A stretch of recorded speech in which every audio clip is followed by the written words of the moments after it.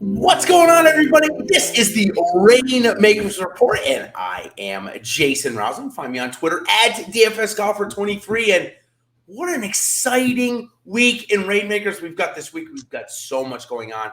So much information came out of the keynote address for Rainmakers NFL last week. We're just a few weeks away from the NFL season starting. We've got PGA going into their playoffs. We've got side sets. We've got side contests. We've got a bunch of stuff to cover and some strategy within that Byron and I are going to talk about. So I'm going to bring him on to say hello in his sombrero Jets hat. Man, 'tis the season. I'm digging that.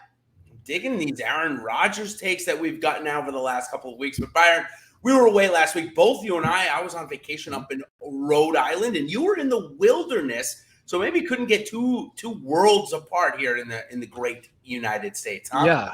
You were in Rhode Island. I was on the road on my bicycle on an island, and it was rough, but we're happy to be back in the nice, comfortable, padded seat where we don't have to use our legs to get anywhere and just have a good week. I'm looking forward to chatting with you.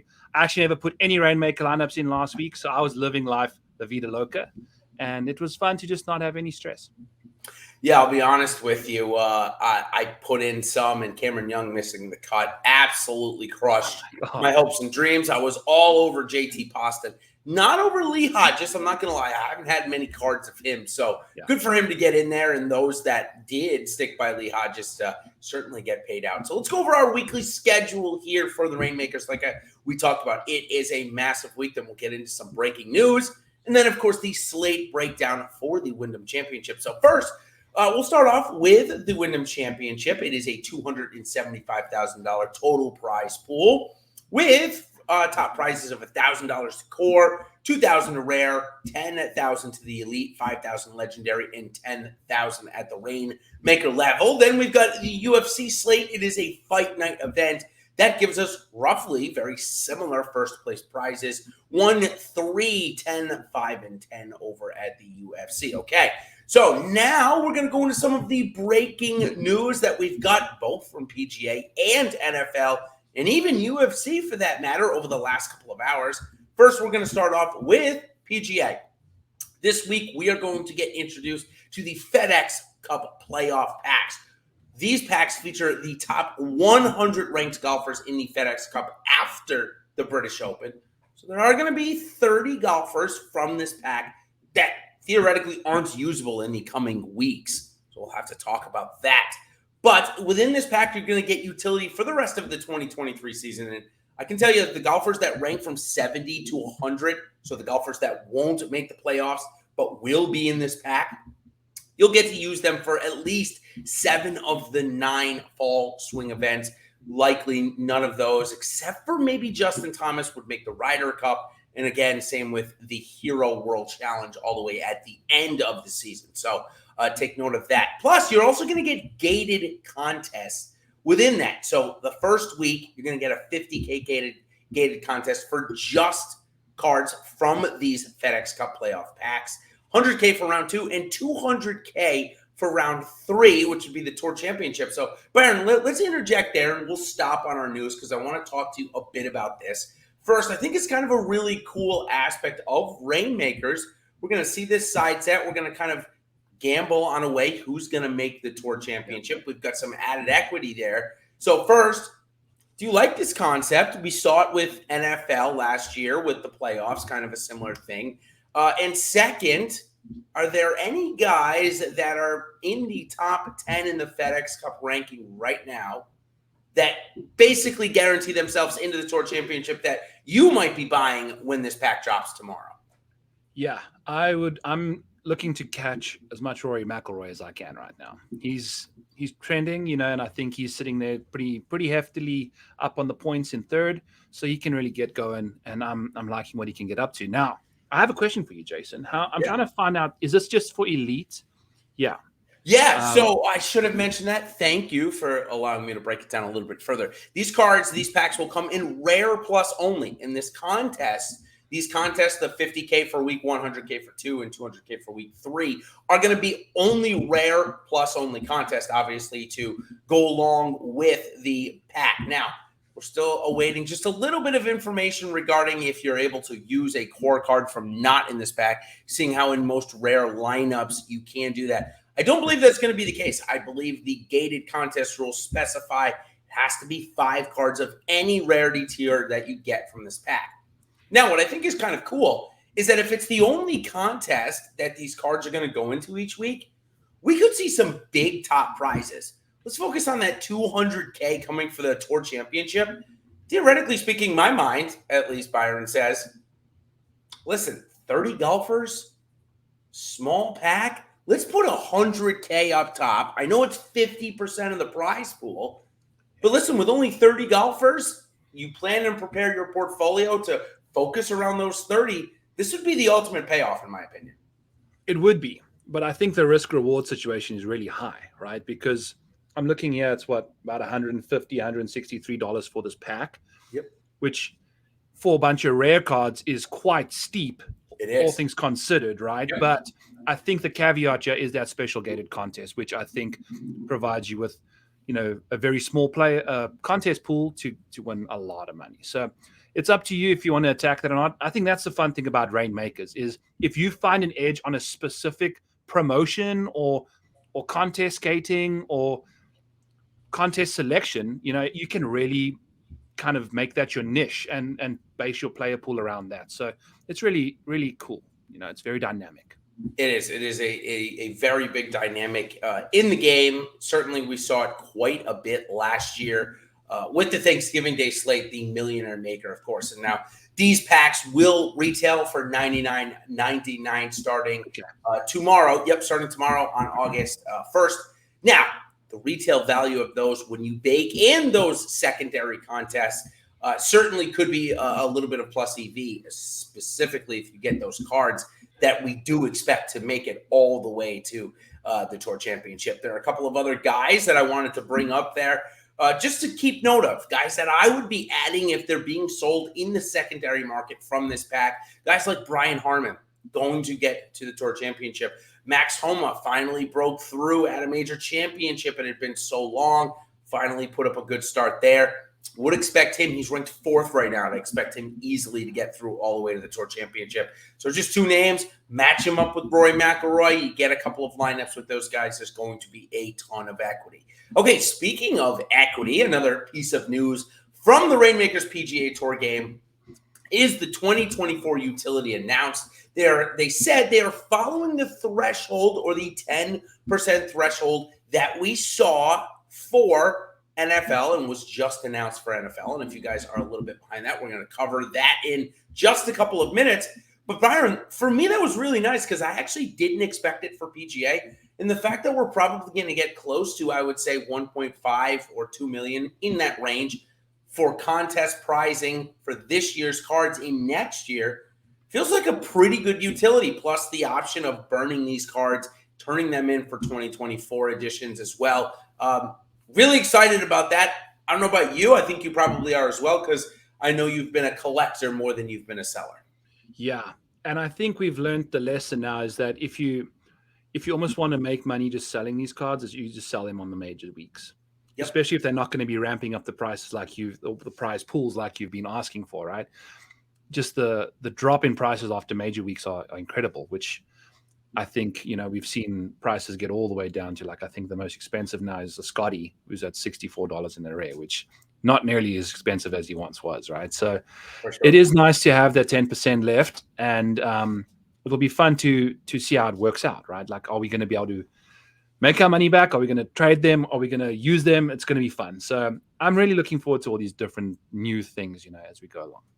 For sure. Now we'll move on to the NFL. And if you guys have not read either of my articles that I've put out talking about the keynote details, go check that out on luckytrader.com. You just go up to sports, go to news and strategy right under the Rainmakers tab, and you'll find all of our latest content and information. Just want to give a couple of details in case you hadn't. $30 million in total pricing is going to be doled out this year. That is an increase of about $2.2 million from last year. If you include in the Millionaire Maker, maybe it's only about 1.2, 1.5 higher, roughly, give or take. But this also doesn't include some special pricing throughout the season. Nice breakout, however, 22.4 million with a flatter structure going towards the elite, legendary, and Rainmaker levels, which you can see here on this next screen. You can see it starts at 250,000 for those last three levels that I just talked about.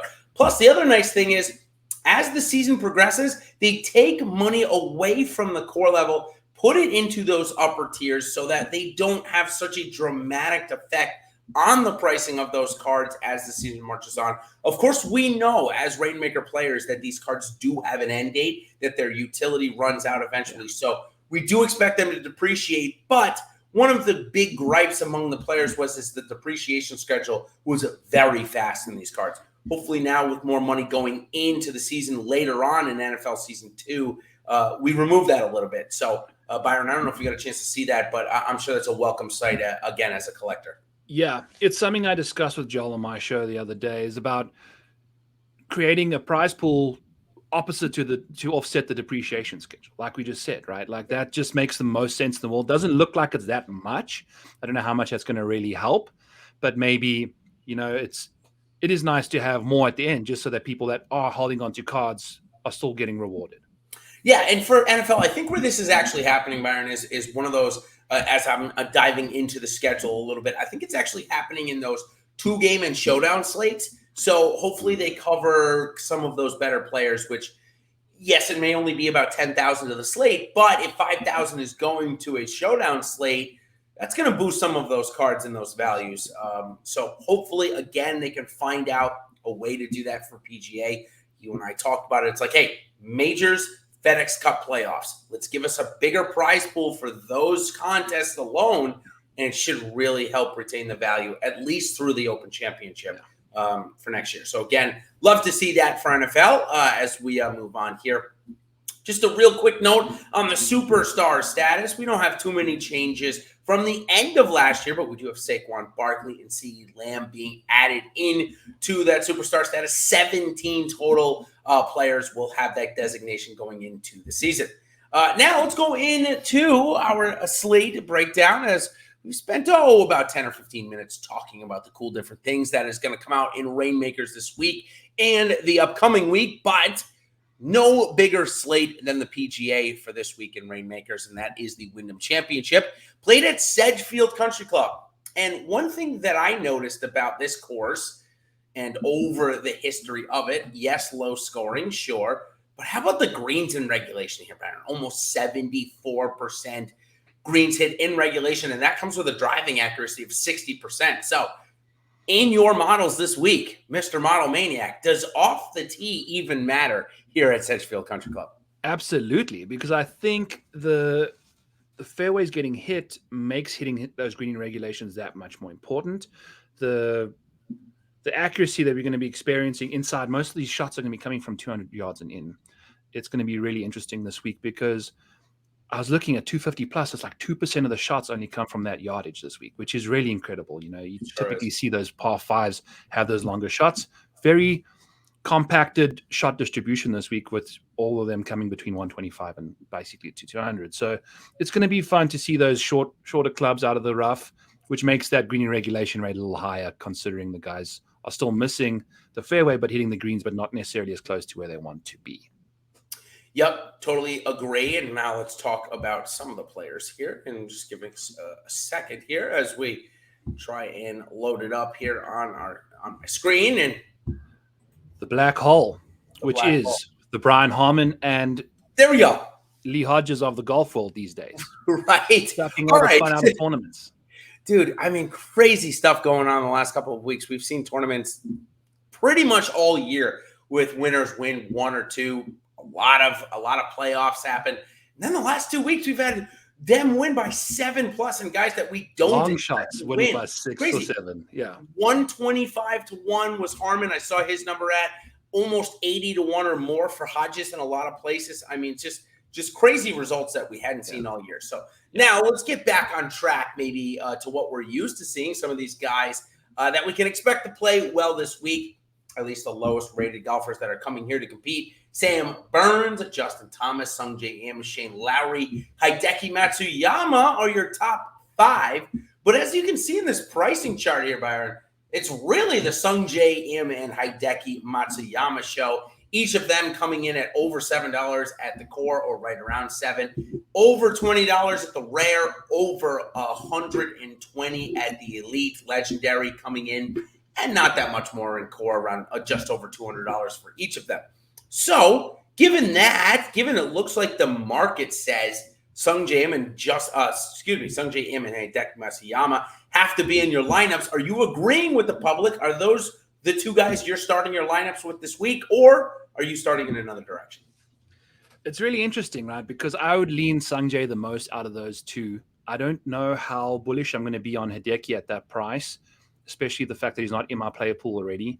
I just don't fancy Hideki at a course that you got to get to 22 under par, the way he's been playing lately, right? Yep. We've seen a lot of these winners get to -20. I just don't see him getting there the way he's playing right now. So, again, it's flashes, right? We saw the 7 under last week. In round 1, we saw him take, close to a first round lead. I think, Hodges clipped him in the end of the day. But we're not putting those 4 rounds together right now. And at an event where we know 20 under or close to it is going to be the winner, I tend to agree with you. But what about Sung Jae? Sung Jae's form, he's not even making the weekend right now, at least at the clip we're used to seeing. So does that mean we're really maybe looking elsewhere? Yeah, it's up to you. I have a lot of Sung Jae, so I will be playing him. I do think he's still got the upside when he does play well to really get to -20. I think we saw him lose to Tom Kimya last year. So he can definitely get it rolling. The form obviously is not there right now, but a T20, I believe, at the Open for Sung Jae was, I've been on a bicycle since then. So I think that's like my last recollection of what he's done. Yeah. But that's solid, for someone that's typically bad in majors. He's playing some solid golf now, back again, and going to a course that I think really suits his game. He's pretty accurate off the tee, and I think that suits him nicely. Yeah, the disappointing start last week at 3M, missing a cut, but pretty much everybody did. Yeah, so he missed the cut last week. Good week to be on a bike, I guess, huh? Yeah, for sure. To miss it as much crazy chalk missing cut as there was. A couple of other guys as we move down the list. Russell Henley, he has certainly played some very solid golf outside of the Open Championship. Didn't play great there, but still playing good. Course sets up very well for him. Siwoo Kim, some of the best course history, 4 top 5s, including a win here in the last 6 or 7 years. Interesting guy to start with. Denny McCarthy also looking for his first win. Harris English and Adam Scott round out the last 2 in terms of top-ranked golfers here to compete this week. Adam Scott, very precarious position. You and I were just talking about him before the show. And I'm going to bring up this next graphic. Guys, it's not pretty. I apologize, okay? But it will tell us what we need to know when we're talking about this. So just one second here. There we go. That's the one I'm looking for. All right. So, again, this is not pretty. But this is, as you see on your screen, numbers 71 and on in the FedEx Cup standings. Now, I brought this up now because Adam Scott, as you can see here, he needs a top 9 just to pass the guy that's ranked number 70 in the FedEx Cup standings right now, and that's Austin Eckroat. If he comes in the top 9, theoretically, he would pass enough guys and Eckroat to get in. But, of course, as you see, there's plenty of guys that are ranked above him. And if those guys have a big finish, he'd have to get more points, of course, to pass more guys that are already ranked inside the top 70. So, given that he came in second place here last year, given that we know he's got one of the longest streaks of making the playoffs of anybody in the PGA Tour's history, are we going to try and bank Adam Scott for a pressure time start yet again here at the Wyndham? If you haven't bought an Adam Scott by now, I bought him right before the Open, which was, like we knew that we could get this week from him still. And that's the reason why. The price is halved, pretty much like everyone else's has since the Open. And we've seen him play well. Yeah. Can he boom or bust? Yes. But we've seen him absolutely be clutch. And I think his playoff record is on the line. I think of like 17 years or 13 years.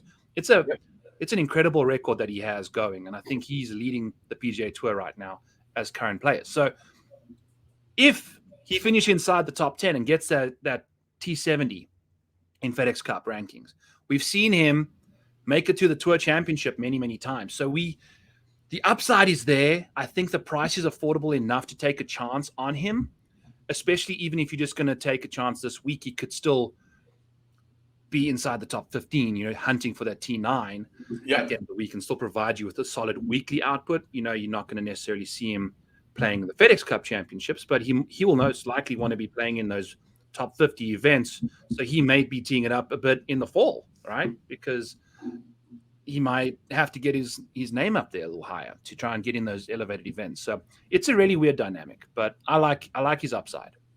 Yeah, it's a great point you make about the fall swing, right? If he wants to play in some of those premier events next year outside of sponsor exemptions, which of course I'm sure he would get a couple, he will have to play in the fall. We've seen him play out in Vegas a couple of times.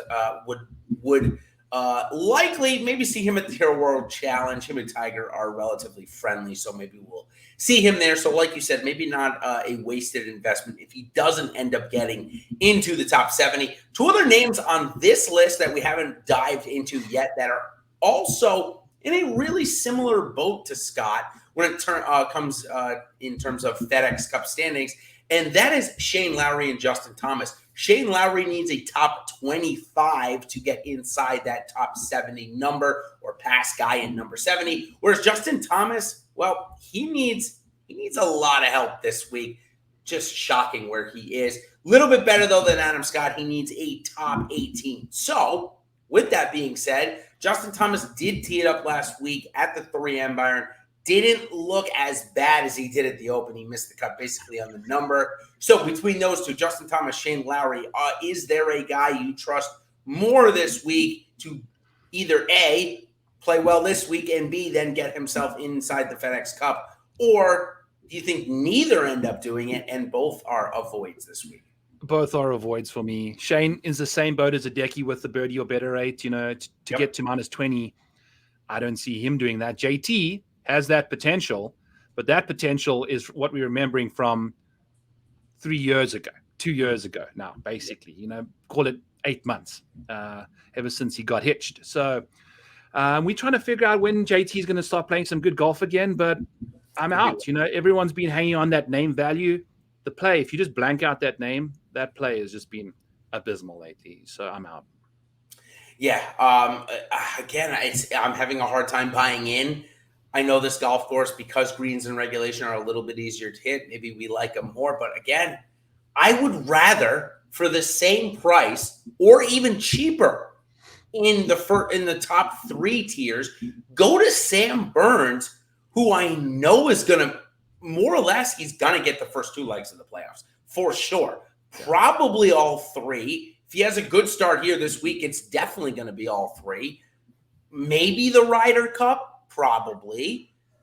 I think we're going to get more utility out of Burns, and Burns is going to be free balling this week. He's got nothing to worry about. He's here just to pad his stats. So if I'm picking one of those 2 guys, it's going to be Sam Burns over Justin Thomas, over Shane Lowry as well. In that optimal lineup, Sam Burns, Sungjae Im now. Who else are you putting next to those guys in your top lineup this week? I like Adam Scott a lot. Like we discussed already. Yeah. Siwoo Kim. About Adam Scott, Siwoo Kim is grading out really nicely for me. Got great course history here too. Really does. Also solid FedEx Cup rankings. You're sitting right there with Sam Burns in that mix. And both of those guys have shown when they get in the mix, they're not afraid to hang. They can totally, close out a tournament if they want to. And Sam Burns has shown, like, his form, unlike Justin Thomas has been showing lately. He doesn't have to be in form if he just gets rolling, he can just out of nowhere, just like he did for the match play. Nothing was showing that he'd play well that week, and he just won. So I totally can see him just popping. I think his upside and volatility is way better than JT's right now. Yeah, me too. I certainly be bumping up Burns in the first run. I think he was just on the outside, or the number 5 guy in the projected optimal lineup this week. Yeah. A couple of other targets that I'd like to go over, then we can talk about a couple of other guys as well. Justin Suh, he's sitting at number 77. We saw him pop a couple of 9 holes last week. No real good 18-hole scores, Byron. He was 5 under to start his day on Saturday, had it going, then kind of kicked himself coming in, did a couple of that, but He sits at number 77. We know he hits a ton of greens. Maybe this is the course where he can use that putter prowess to his advantage. We got JJ Spawn playing good golf. He sits just inside the FedEx Cup number. Austin Eckroat, I brought up a bunch with you. He's sitting on that number 70 number. Bo Hostler coming off his 2 best finishes of the season. Love Bo Hostler's game right now, trending in the right direction. And then lastly, of guys that I wanted to bring up, Garrick Higgo. He's still young, believe it or not. The guy's been around what feels like forever. He's still under the age of 25. Might even be under the age of 23 still. Byron, I'll have to check that. Is Garrick Higgo guy finished well last week. He sits number 72. So we can get him through the cut. This guy's going to provide good utility, and he can score when he gets started. So I love any of those guys, 5 jumping out at you. Maybe your countryman Higgo is an option for you this week. Yeah, Higgo is just doing some weird and wonderful things, like very volatile again. Saw him miss a really short putt on the final hole to potentially cost him a main playoff. You never know how that putt could have affected him because he was way up on the leaderboard. Yep. Justin Suh, I saw a stat that he's accumulated the most bogeys on the PGA Tour this year, which is a testament to the fact that he's made so many cuts and then played so badly on the weekend. So many cuts. Yeah, and he's played the most and made the most cuts of anybody. So I guess that doesn't played the worst on those weekends. It's just like that's how you rack up the most bogeys on a PGA Tour and still rank 70th on the PGA FedEx Cup list. So fun stuff with Justin Suh. Yep. I know he's your guy. He's my guy. To me, he's always just. I'm starting to like have a more of a maniac tinge on these guys where like I need these killers. You know, Suh's just been this weekend nonsense he gets up to is frustrating. Yeah, I think from a captain's perspective, if we're talking about actual lineup structure, Suh is not a guy that you can rely on in there. But if we see a week where Young, etc., miss the cut, he is going to help you place in some big lineups if you can mix him in with a guy that can win or a guy that's playing well. JT Poston, I don't have on this list. Possibly playing some of the best golf in this field. I don't think that's a stretch to say. And has a win at this event. So is JT Poston a guy you're putting in with, say, you're even Burns, Sung Jae Im, Adam Scott lineups?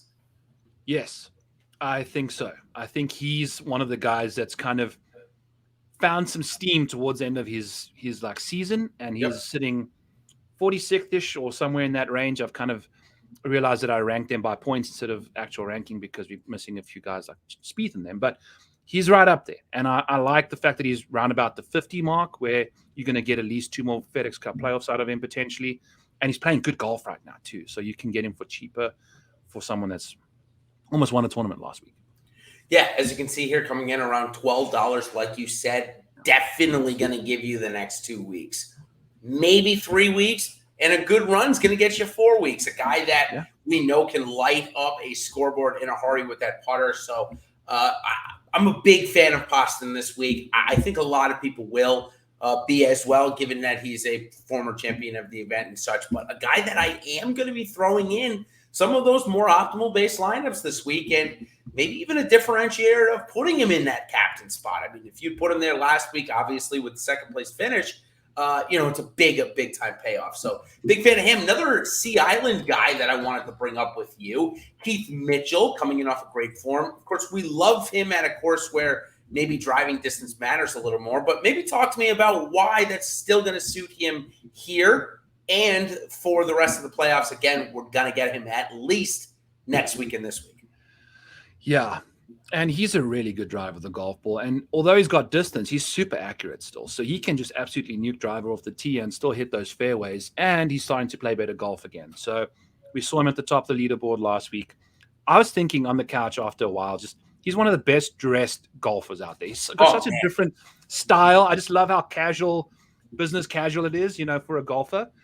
And I think he's starting to feel better about his game, moving in the right direction now. And I think, he's still getting a very affordable price for Keith to get him deeper into the playoffs, like we said. Yeah, absolutely. Totally agree. I remember watching this guy after he Monday qualified for the Valspar. I've probably brought that up before. I don't know if I have with you, but I'm like, man, this guy's got talent. What's he doing hanging around on the Corn Ferry Tour? And Goes to show it does pay off. Guy, again, can do it everywhere. Not just drive the ball long, but he can have some good touch. And he's one that can get really hot with his putter. Can get cold, but man, he can start to really roll it at times. And you do need that, especially in a REIGNMAKERS format. Scored over 110 points last week. So really, really great output from Keith Mitchell. Let's talk about a couple of other guys in this. We had this new wired set that dropped last week. I didn't really like the player pool. I've been asking for Akshay Bhatia. I've been asking for Aberg. I've been asking for Højgaard. All of them in the field this week. We don't have that option. Instead, we got a guy, Sam Stevens, who, not going to lie to you, playing pretty good, is going to get into the FedEx playoffs. Are you a buyer, or do you think there's better options? I think his one set is coming in around $4 that you could have bought off the aftermarket there. Yeah, I don't know. I think he's talented, and that's the thing. It's like now with so little season left, are we banking on a guy's upside or a bit more? Because he's not going to give you that if he plays well. His card value is going to increase that much, right? I think we're still going to expect him to go down. I don't know. I don't have really a good opinion on Sam Stevens right now. Yeah, I don't either. He was just kind of a guy that I had saw in that wired set. Again, it just came out with a couple of more guys, a couple of rookies, Robbie Shelton, Tyson Alexander in there. Again, not guys that I was excited about. I'm very open and honest. I wish they had asked the community for the names that could be included in this set, because I guarantee you the Højgaards, the Minwoos, the Ryan Foxes, the guys that are going to be playing in the fall swing, that are going to be the odds favorites, not just playing in the fall swing, but going to likely be the odds favorites when they do tee it up. So, all right, let's cover a couple of more names. Nick Hardy had some highlight things go on last week, had some incredible shots, played pretty well. He's a guy that's a winner this year, is easily in next week. A guy that down the board you can get for $3 at the rare level. Just a name that I wanted to bring up with you before we get a couple of your targets here. Yeah, I don't mind Nick Hardy at all. And I think I was taking a look at his stat profile the other day. He went on a tear right around Mayakoba when he made an 8-birdie run on round 4. He was one of the best iron players on tour. And then his putting was letting him down. And now all of a sudden his putting has kind of started coming back together. So good. Right. And the iron play is like iffy. It's here and there. If he can somehow put those two together, man, like he was putting so badly when he was one of the best iron players in the world, and now he's putting nicely again. So if that perfect storm comes together, he's won once now as a team event, but that's a bit of confidence that you can still keep rolling through. So I love Nick Hardy at that price point too. Now, just want to go up the board for one real quick second, because I did not talk about this guy very often, very much, I should say, other than saying that he's still searching for his win, is Denny McCarthy. Is he a number 5 guy in your optimal lineups this week, or are you, again, going elsewhere with that pick? Denny McCarthy priced at $16.50 or so. Yeah, $17. Yep. You know where I'd rather go to instead is Aaron Rai. He's the guy I've been waiting for you to mention, because I'm big time on him this week. I think his price is quite affordable for everyone around him, and he's super accurate. He's 5th in PGA Tour driving accuracy at a course that I think is very important to have good accuracy off the tee. And his iron play from those specific proximities I mentioned earlier is incredible. He's also started making a lot more birdies than normal. He's not a very good birdie maker, but in the last little while, he's been making birdies. And he's undervalued, I would say, for someone of his caliber. Yeah, coming in, as you guys can see on the screen here, right around $12 at the floor for that rare level. I've got Denny McCarthy projected slightly higher. I mean slightly, within a point of each other. So really close there. So let's just get back to kind of our optimal build here. We talked about Sungjae being like, okay, listen, he's got too good a course history here. Maybe he missed the cut last week, but he should be fine. Okay. So we got Sungjae. We talked about Adam Scott. We're both in there. There's no reason why he's not going to play well here this week. Love that call. You and I are both on board with JT Poston. Think he should slide right in there. Aaron Rye is our number 4. So is Siwoo Kim, you think he's okay there? We know he's volatile, but is he who you'd be putting in there in that 5th spot, so to speak? Yeah. And with Siwoo's volatility, I'd almost put him as the captain of those guys, because it's the top 5 or a miscut, basically. That's the thing. If you're looking for top tier hunting, that's what you're going to need from someone, because I think he's got like 3 top 5s at this course. So 4, I think actually 4. 4, a WD and a miscut or something else random. But the upside of this venue for him is nuts, and I think I love that. Yeah, starting back in 2013, we missed the cut, but 4 years later, we won.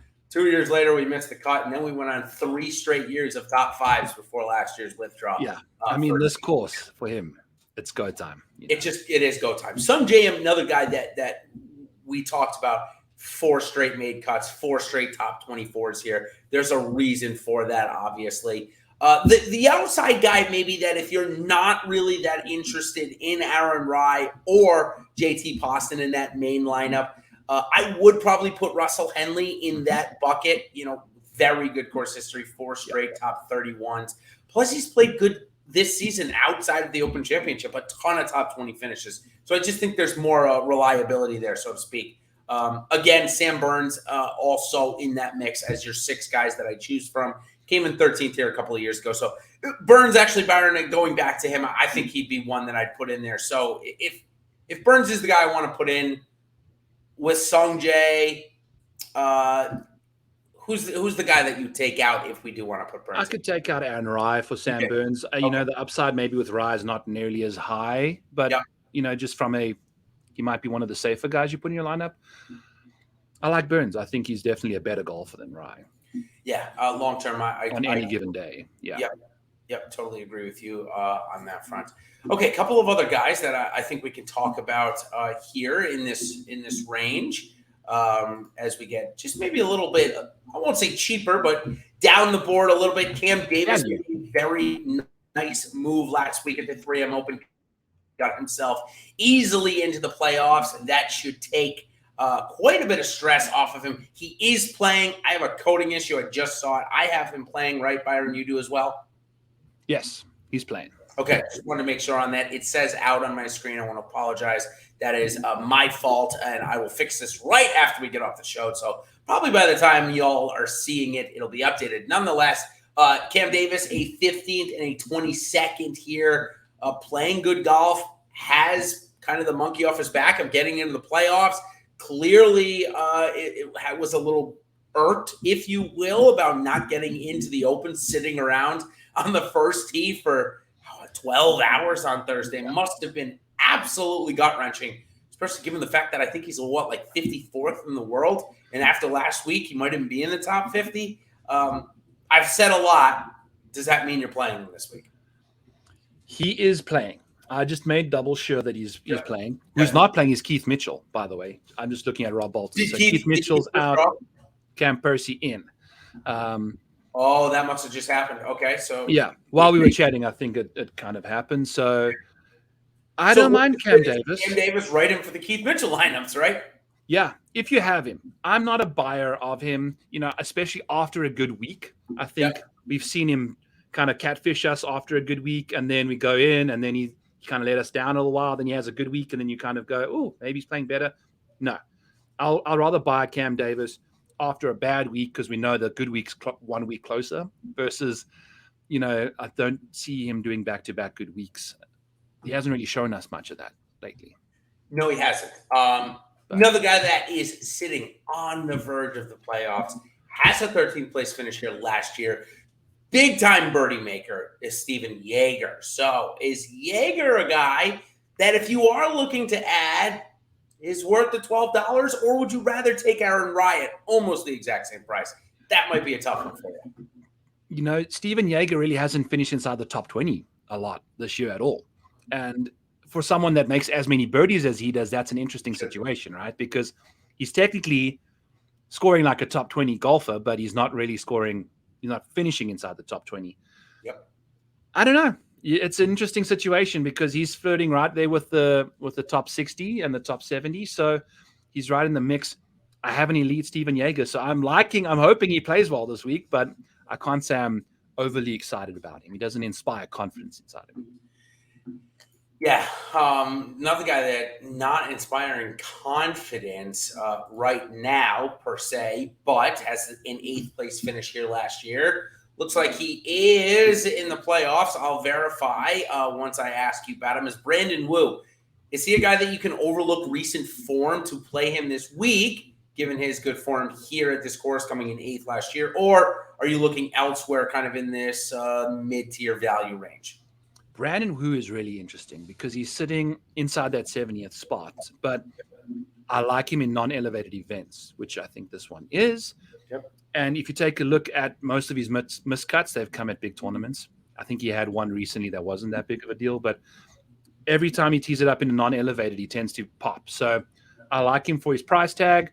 I like him for the upside. I like him for the course history. So I don't mind Brandon Wu whatsoever.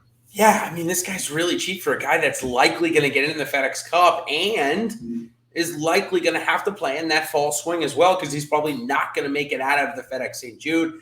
And in that point, probably is among the top 10 favorites in at least one or two of those events if he can catch some form here. So love really, Wu in the fall. Love him in the fall. Yeah, add Wu for the fall. He's going to play every week that he can. Obviously, won't make the Ryder Cup, but still, you'll get 7 events out of him. If you are looking to add a player this week, Wu would be one I'd be interested in. Another guy I'd be interested in, and this is maybe for a guy that I would like to focus out of this new FedEx Cup playoff packs that I think is going to play at least the first 2 weeks. And if this guy gets hot, he could make it all the way to the Tour Championship given his season, won at the Valspar, really good finishes elsewhere is Taylor Moore, who's coming off of a 5th place finish here at the Wyndham last year. So coming in at about 750 at the rare level, is this a guy that you'd like to add, say, paired up with a Brandon Wu for this week and maybe next week? Yeah, I've been preaching about Taylor Moore the whole year. And ever since he won the Valspar, I was kind of a little late on him. But ever since that, he's still been playing solid golf. He made a lot of cuts until the PGA or the Open. And his FedEx Cup ranking is delightful for the price that you're going to be paying for that, right? And we know he's not afraid to kind of stay in the mix there. So he's definitely someone I'm kind of in the mood to roster and purchase if you don't already have him in your play pool. For sure. All right. So we have gone on now for a little bit. We've broken down quite a bit of players. I'm going to ask you a couple of questions to get a couple more picks out of you. This first one is going to be based on the FedEx Cup. I've got the list here for you. I can tell you names if you'd like to. But from guys that from the win and above, obviously we don't expect Zhang Do to come out and win here this week, right? I don't think so. More than likely not. If he does, great for him. Give me somebody realistic on this board that you do expect to move into the FedEx Cup playoffs after their finish this week. Outside of the top, who has to finish, top 20 or top 50 to top 10, I would say the most likely person to do so would be KH Lee. KH. I had a feeling you were going to go either KH Lee or your boy Higo. So, okay. I mean, Higo with the top 50 seems likely, but also, I don't know. I think KH Lee, I've seen a lot of comps to TPC courses at Sedgefield. So I like what KH can get up to. And 30th, I think, is within his wheelhouse for sure. Yeah, 61st and 24th here the last 2 years. So KH Lee would be your pick. Oh, man, if I had to give you a pick, I'll tell you what. If there's anything that's going to get this man on the Ryder Cup team this year, it is a top 10 finish when he needs it, and that's Justin Thomas. Nothing has shown us that he's going to do it, however, right? So I guess maybe that means his ownership is going to be down a little bit in Rainmakers, maybe, certainly, probably in DFS, depending his salary. Before I came on, it wasn't quite, before we came on the show, it wasn't quite out. I think it is now, but haven't gotten a chance to take a quick look at it. Thomas, top 18, which probably means like a top 13, given he's got Lowry and Sue above him. Oof, it's a tough one. I'm not going to lie to you. It isn't. It's not easy for me to choose there. Garrett Kigo would be my guy. I think he's playing really good golf, no matter where he's played over the last couple. So Higo would be my sure bet. Justin Thomas would be my outside. I'm sure I wouldn't be alone in that. Now, I want to ask a different question. These are golfers that have had a very good finish here at this golf course in the last couple of years, but we haven't talked about. So I want you to tell me who you'd be picking, if any of them. Alex Smalley, back-to-back top 30s here at this event. Davis Riley, top 13, along with Taylor Pendrith last year. And then as we dip a little bit lower of the board, Webb, or should I say Wyndham Simpson, named a child after this tournament, because from 2013 through 2022, he finished in the top 11 9 times. Only twice the withdrawal last year, and 72nd back in 2015 was Webb Simpson's problem. So I can't imagine you're going to buy into course history with Webb Simpson here this week, or are you? No, I have a rogue rare Webb from when he was playing well at the Valspar, when I thought maybe we would have a spike week. You know, that was like the time I pounced on one of his cards. Yep. If you take a look at his course history, all the places he should have played well at this year, he hasn't. Yep. So it's like, you know, course history is one thing, but you have to have recent form kind of carrying a bit of the weight. And unless you're Jordan Spieth at Pebble Beach or the AT&T or Texas somewhere, or Texas, Colonial is the other one, right? Yeah. I mean, maybe Webb, I guess, came in last year at this event playing terrible and ended up withdrawing. So I kind of feel like maybe that's where we're going if we get a bad start. So how about Alex Smalley or Taylor Pendrith or Davis Riley? I see Alex Smalley going around $650 at the rare. Davis Riley just under $5, and Pendrith actually going for $650. Man, of all those guys, I think Davis Riley would be my pick because we're going to get him at least the next 2 weeks. Yeah, but also Davis Riley to me is just anyone at any moment he is just going to ruin your lineup before Thursday. Oh yeah, you know, like holy cow, can he eject harder than anyone on the PGA Tour? So for that reason, I'd probably lean Smalley, but I do agree. You know, you get a bit more run out of Davis, but I just don't trust that guy, man. He can just make a 7 on a heartbeat, you know. Really can't. Harris English, Chris Kirk, 2 other names. English is ranked inside the top 10 of golfers here. I think Chris Kirk is maybe number 11 in the official World Golf ranking. So English is $8. Chris Kirk is right around the same price at the core level. Both of them certainly very steady golfers, have both come in 11th here in the last couple of years. So do you want to add either of those guys this week? And Chris Kirk could be on the track to Atlanta at the Tour Championship. So he's one that I would definitely be outlining in that FedEx Cup pack as maybe an outlier to get through. Yep. Love Chris Kirk.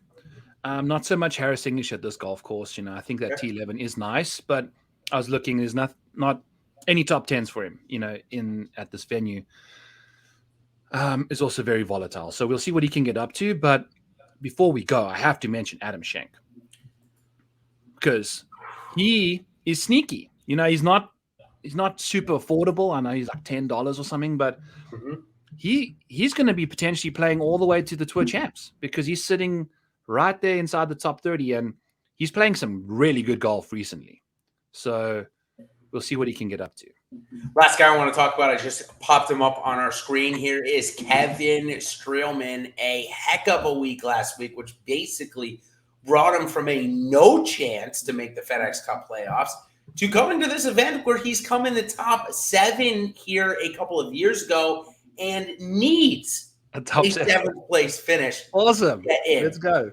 That is, I wanted to end on that tidbit because I think I'd take a little bit of Kevin Streelman here. The guy is playing well. And if he comes up with another spike week, we saw it last year with Eric Van Rooyen going into the playoffs. He won the Barracuda or one of those events, another good start at the Wyndham, and then tore through the playoffs and ended up reaching the 3rd stage. Is crazy. I'm not saying we're going to get that with Streelman, but if we go streaking into the playoffs, he is definitely a candidate to do something like that. So, facts. Absolutely agree. Kevin Streelman. I love how we're going to end the show there with Kevin Streelman. Byron, this has been a great show. I'm really excited for this new side set that we are going to get again. That is going to drop tomorrow. It'll be August 1st. If you're watching this after, retails for $99.99. You're going to get, I think it's 7 card. Let me go look. 1 second before I get on out of here, because this is important. I think it's 5 cards. You're guaranteed all rare plus. In every third pack will come an elite card. So again, pretty good utility just for these cards for the FedEx Cup playoffs. But if I had a strategy, I'll buy a couple of packs. My strategy on these cards is certainly going to highlight players. I don't really want to have the bulk of the utility be dead. Excuse me, because they're not ranked inside the top 70. So just the last note on strategy. Are you going to take that as well? Kind of just pick and choose your cards?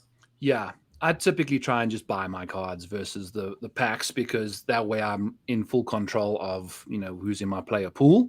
But, if there's a few rogue cards out there that someone got a pack of and throws a cheap name out there, why not, It is going to be a fun, like, to end on the Kevin Streelman tidbit.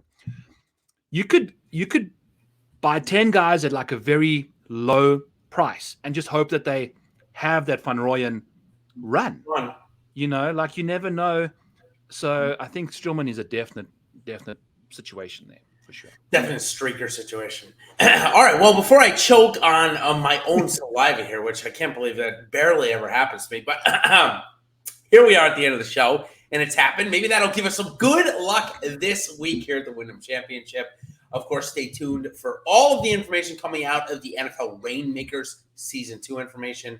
And we'll see you back next week for the FedEx St. Jude, the first leg of the playoffs. Until then, everybody, good luck. We'll see you on the other side. Cheers.